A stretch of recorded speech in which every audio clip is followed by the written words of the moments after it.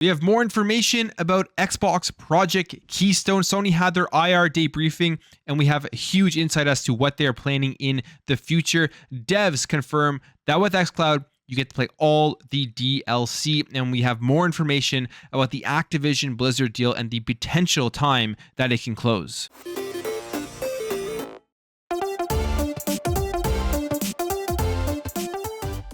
We got an exclusive breaking report here from Windows Central about Xbox Project Keystone, which, as we know now, an Xbox cloud streaming device, a dongle that you're going to be able to plug into your TV and access Xbox. This is something that we knew was coming at some point, as Xbox has talked numerous times about expanding Xbox to as many people as possible, and something like this will just make it so easy for people to access it, just literally plugging it into your TV, similar to what Google has with their dongle and then other streaming dongles that are out there. So this comes via a statement that was provided to Windows Central from a Microsoft spokesperson, and they talk about how they're trying to lower the boundaries to access Xbox content via low-cost hardware, saying, "Our vision for Xbox cloud gaming is unwavering. Our goal is to enable people to play the games they want on the devices they want, anywhere they want." As announced last year, we've been working on a game streaming device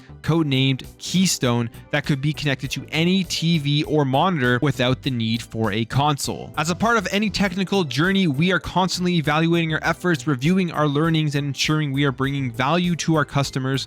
We have made the decision to pivot away from the current iteration of the Keystone device. We will take our learnings and refocus our efforts on a new approach that will allow us to deliver Xbox cloud gaming to more players around the world in the future. So that's a very insightful quote as to where they're going with Project Keystone. They obviously have a device that they've been working on for a while now. They're working through all of the issues with it, and they have come to the conclusion that they don't like what they currently have, and they're going to continue to iterate it until they get something they believe that people will enjoy and want to use. One of the things that is being speculated in this article here is that Keystone is wanting to use a Windows or Xbox OS rather than using Android, and that's making it take longer for them to be able to release this thing, because if they were to put Android on, that probably would take a lot less time. They already have all the tools available, but they're going to be looking to create some sort of custom OS that keeps you within, I guess, the Windows/Xbox ecosystem. So this means at the end of the day, we probably won't be seeing this for a very long time. I wouldn't expect really anything from June 12th for them showing off Xbox Keystone if they aren't close to being ready to release this thing. Or maybe they'll just give us a quick look at their plans going forward. But we knew this was coming. We knew this was something Xbox wants to do. And I think this is a huge advantage to Xbox, to be able to just sell a low-cost entry similar to what the Xbox Series S is into the Xbox ecosystem. We see how successful the Xbox Series S is around the world. You look at places like Japan, where people are buying up the Xbox Series S, where in previous generations, Xbox really had no chance. You're going to see stuff like this being able to push Xbox forward. Obviously, you're going to have a good internet connection. That's going to be something that they're going to have to keep in mind. But for people who just want to experience the ecosystem, want to experience what's available through Xbox Game Pass, don't want to have the biggest hardware in their house, don't need to have 4K, all that type of stuff, this is going to be absolutely perfect for them. And Xbox Cloud Gaming, I think, has been awesome. I mean, I played on my Steam Deck and it just works flawlessly. When I got my Steam Deck, my initial goal was I'm going to install Windows, I'm going to download all of the Xbox games natively to the device. But with xCloud, I'm just going to keep SteamOS on there for a while so I get the best of both worlds. I really am enjoying having access to that. It uses less power on the system. It keeps the battery life lasting a ton longer. And I mean, it works absolutely perfectly so far. All right, let's jump over here to Sony's IR Day briefing. And they gave us a lot of inside information as to the future of PlayStation, the direction they are going.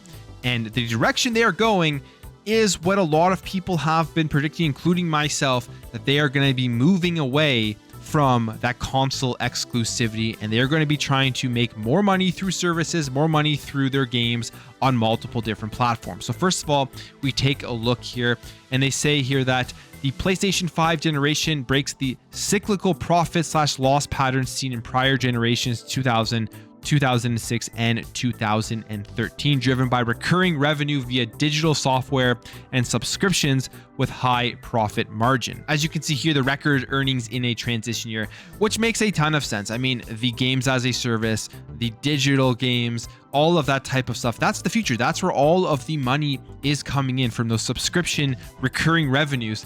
And you take a look at that, you look at what Sony is showing here, and Xbox saw this a mile away, which is why they announced Xbox Game Pass in 2017, why they have been the leader in the subscription-based gaming model as of now. Next thing they showed off here was just the PlayStation 5 and the unprecedented demand for the console itself, which isn't surprising. I mean, the demand for consoles this generation is far greater than they were last generation for both sides, for both Xbox and for PlayStation. You look at the PS5, they say here 55% of people expressed interest in the PS5 in November 2021, and then only 28% of people expressed interest in PS4 in November 2014. The interest in consoles right now is insane. It continues to grow, continues to get better. A lot of this, I guess, was fueled by the pandemic and people just wanted stuff to do. But both consoles are selling extremely well. And I think the supply shortage as well has pushed that demand to heights that we haven't seen, because people can't get them, so they want them more. When it's easily and readily available, people will take their time. People will say, hey, I'll wait till it goes on sale. But now the demand is so high, as soon as these consoles pop up, they're jumping on them and buying them. And then here we have them showing off the current projections for the PlayStation 5. Right now, from April 2022 to March 2023, they're expecting about 18 million units to be sold, which is something we already knew, which is a little bit higher if you compare it to that time period back when the PS4 was released.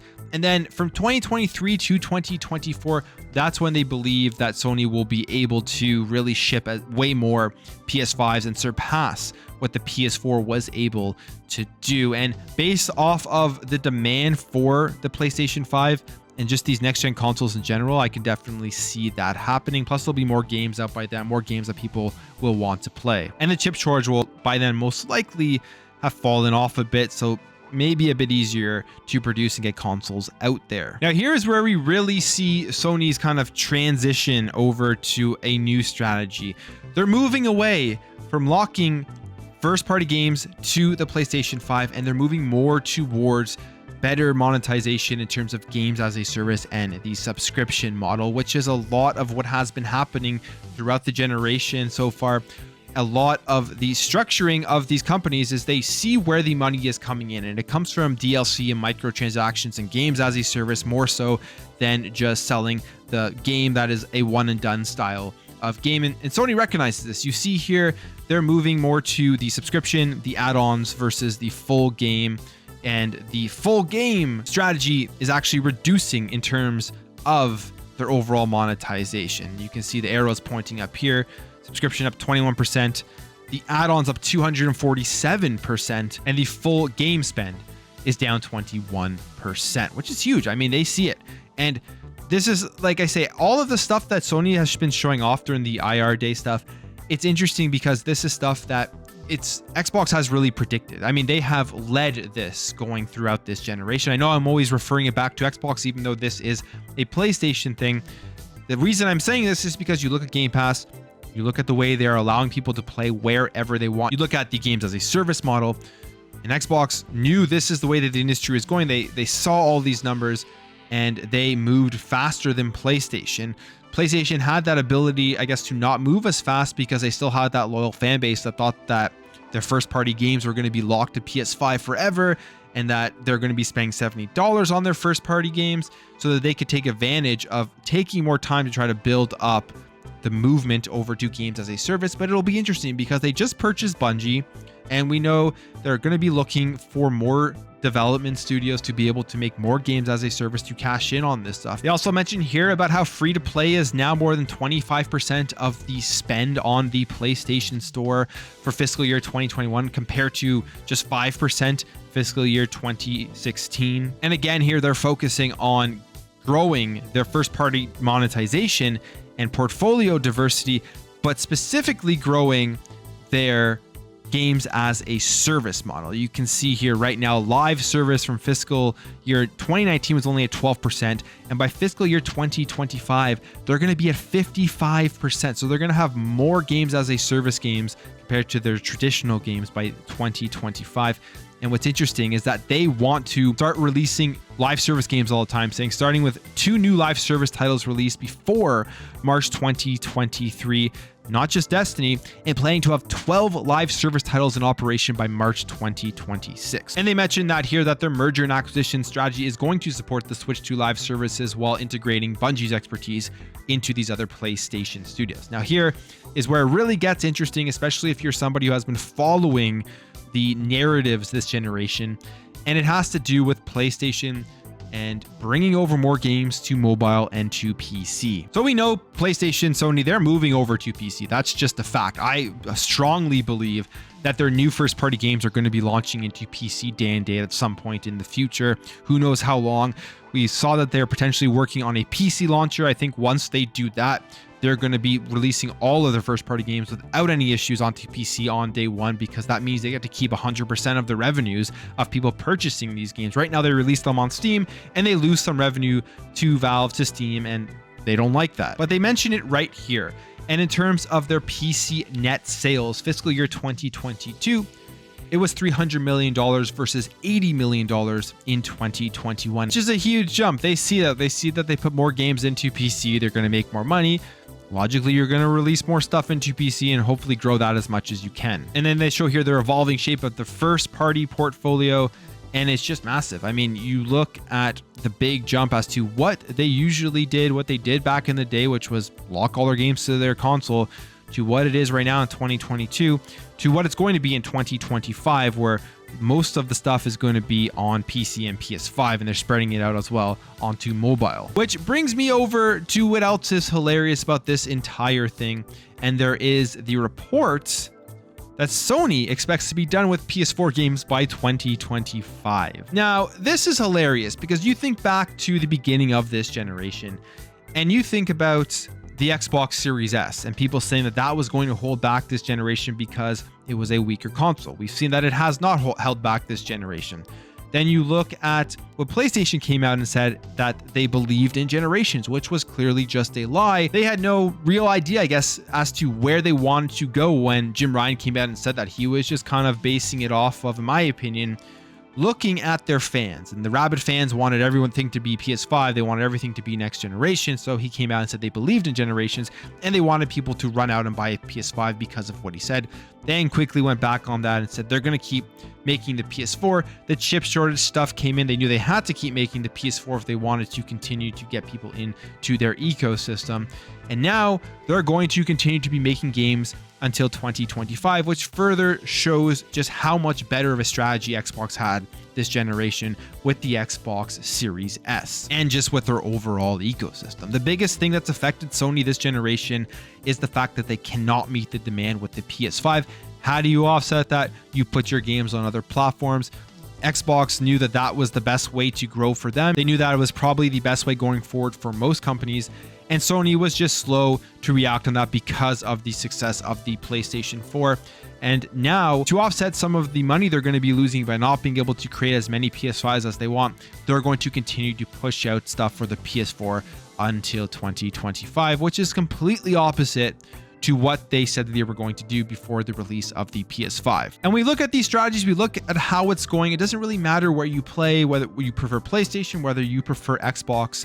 The fact of the matter is, this generation, Xbox was far better prepared and had a far better strategy, which I think they do a decent amount of the time. And a lot of other companies just follow in their footsteps and they're doing it again. And all of this information kind of points to that. They see the money is in subscription, the money is in the microtransactions and the games as a service. And it doesn't really matter if you're locked to a specific box. It's just a matter of, are you within their network and are you spending money within their network? And if you are, you're going to be making more money as a company overall. So interesting stuff from this IR day briefing. A lot of information that people have talked about and said that this was coming. Sony was going to follow in the footsteps of Xbox with the ecosystem style thing, putting their games on multiple different platforms so that more people can access them. And at the end of the day, that is just good for gamers. So I'm very happy to see that. And I'm hoping sooner rather than later, they'll get that PC launcher, or they'll just make that decision to release their first party games onto PC on day one. All right, jumping over here to Xbox Cloud Gaming again, and the ability to access DLC for games within Xbox Cloud Gaming. This is a big issue right now with PlayStation Plus with the PS3 games. You have a game like Asura's Wrath, which is on PS3 streaming as well in Xbox Cloud Gaming, but on PS3 you don't have access to the DLC, whereas with Xbox Cloud Gaming you do. And a dev has confirmed that all games on Xbox Cloud Gaming will be fully supported with the DLC. This comes via Jordan Cohen, who is working on Project xCloud at Xbox, and says, our team worked for months to design a content management system which automatically works for all Xbox games and their DLCs, and it took years to refine it. Super rewarding that today it all just works automatically. So there you go. I mean, this is the biggest competitive advantage that Xbox has over every other company right now, I think, in video games, and it is how they are going to utilize Xbox Cloud Gaming, their Azure technology, to be able to have the advantage of things like DLC, which isn't available with PlayStation 3 streaming. PlayStation, if they want to be able to compete going forward with cloud gaming, they're going to have stuff like this in place, and most likely they're going to be looking at what Xbox does and probably have to utilize that partnership with Azure to get in and make sure that DLC for their streaming games are available, because this is something that people will want. And if you have purchased a game, or if you want to get the most value out of a streaming service, you're going to want to play everything within games, which includes the DLC. And finally, we have this from Twitter, and it has to do with the Xbox and Activision Blizzard deal. And it says here, according to a European lawyer on Reset Era, the Activision Microsoft deal can close as early as November, December. Now, this is something we've kind of been hearing about, that it can close sooner than the first half of 2023. And in this post, it's a long post, you can go through and read it. He just describes the process as to what has to happen for this deal to close. And apparently there's a lot of flexible deadlines, and they are going to be able to actually potentially close this deal before the end of 2022 if everything goes to plan. He says, in summary, this is a legal process. There are deadlines that the regulatory institutions have to comply with, and some parts of the process can be accelerated by the parties if they have the resources. Then says, P.S. if someone wonders why I know these things, it's because I'm a European lawyer on IT law, and these kind of subjects are my day-to-day. So there's a lot of speculation on when this deal is going to close. Even Brad Smith at Microsoft has said that the deal is moving fast, or at least faster than they thought for a big deal like this. And I have a feeling that there is something coming. I mean, will it close at least by the mid 2023? Yes, it will. But could it close earlier? And I think if it somehow is moving faster than we think, and it does close earlier, I think this is something Xbox would want to have happen so that they can make some sort of big announcement for Xbox Game Pass and the Activision Blizzard games.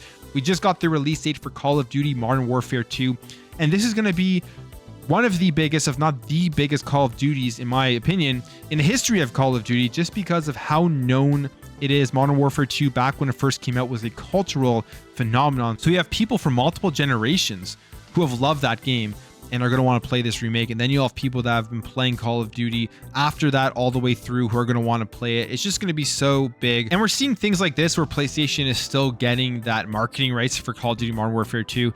I mean, right now the game is still owned by Activision Blizzard. It's not an Xbox Game Studios game, and none of this stuff is going to change until it officially becomes a part of Xbox. But I mean, going forward for the next couple of years, we're hearing that PlayStation has the marketing rights until like 2025, 2026. And if they're able to push this deal through a little bit faster, yes, they're going to be keeping these games, as they've said right now, multi-platform. Who knows if that will change or not. But when it comes to like the open beta and getting extra content on PlayStation right now versus on Xbox, once Xbox owns Call of Duty, I think that they're going to have to do something around that deal so that at the very least, both platforms get everything at the same time. But we'll have to see what happens going forward. And like I said, it would be crazy if they somehow were able to work something out for the June 12th event and they announced like Call of Duty coming over to Xbox Game Pass on day one. That would be nuts, but we'll have to wait and see. This deal could close earlier than we expect, and then it'll be very interesting to see what Xbox is going to do, because a lot of the stuff they've said, a lot of the stuff they've talked about, in my opinion, has been for making sure that the deal goes through. Not that they're gonna change their entire tune once the deal finalizes, but they could do more things for the benefit of the Xbox ecosystem. That's it for me, guys. Let me know your thoughts on Xbox Keystone. What do you think about the information that came out of Sony's briefing? Do you think the Activision Blizzard deal will close sooner than 2023? And what are your thoughts on all DLC being available on Xbox Cloud Gaming? If you enjoyed this video, make sure to hit that thumbs up button. If you're new here, you liked what you saw, consider hitting that subscribe button. Thank you all for watching. Thank you for your support, and I'll catch you in the next video.